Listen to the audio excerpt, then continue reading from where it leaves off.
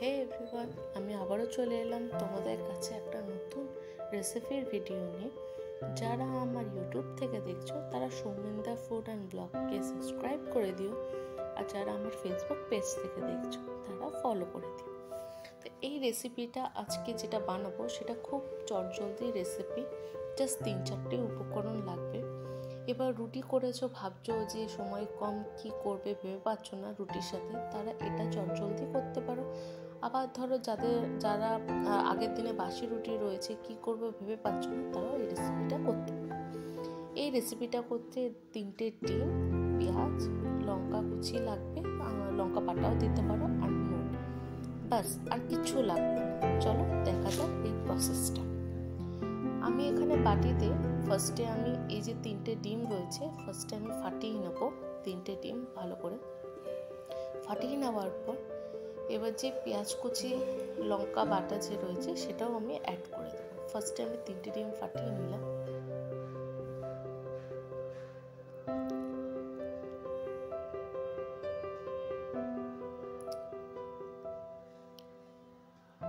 এবার আমি যে পেঁয়াজ কুচিটা রয়েছে এটা আমি পরিমাণ মতো পেঁয়াজ কুচিটা দিয়ে দেব এখানে।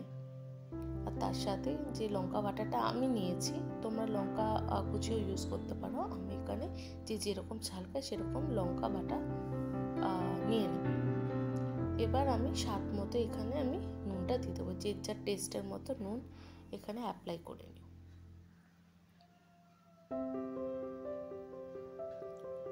এবার আমি এটাকে ভালো করে মিক্স করব, ভালো করে ফাটাতে হবে। আর পাত্রটাও একটা বড় নিতে হবে যাতে রুটিগুলো একদম ডুবে। তো দেখো আমি ডিমটাকে ফাটিয়ে নিয়েছি ভালো করে। ফাটিয়ে নেওয়ার পর এবার যে আমি রুটিগুলোকে যে দেখিয়েছি তোমাদেরকে, সেই রুটিগুলো আমি এখানে ভালো করে এপিট ওপিট করে ডুবিয়ে নিতে হবে। ঠিক আছে, আমি এখানে আজকে রুটি নিয়েছি, তো আমি এখানে রুটিটাকে আমি ভালো করে ডুবিয়ে দেবো, এপিট ওপিট করে ডুবিয়ে দেবো, যাতে ডিমের অংশ যাতে দুদিকে যাতে রুটির মতো ভালো করে লেগে যায়। ঠিক আছে, এপিট ওপিট করে ভালো করে ডুবিয়ে নেব।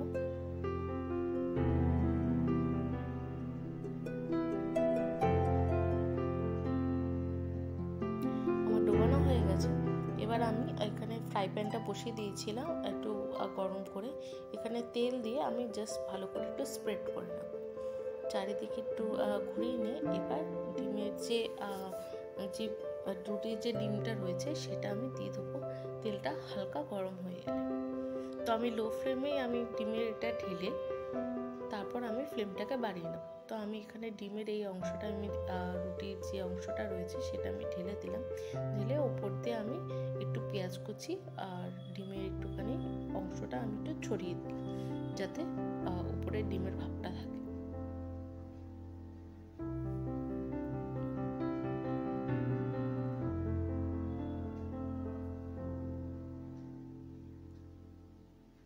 তো আমার এক পিঠ হয়ে গেলে আমি আরেক পিঠটা উল্টে দেবো। তো একটু যতক্ষণ একটু লাল হচ্ছে ততক্ষণ একটু ওয়েট করতে হবে, করে আমি আরেক পিঠ উল্টে দেবো। আমার এক পিঠ হয়ে গেছে, তো এবার আমি আরেকটা পিঠ আমি এবার এই পিঠটা আমি উল্টে দেবো।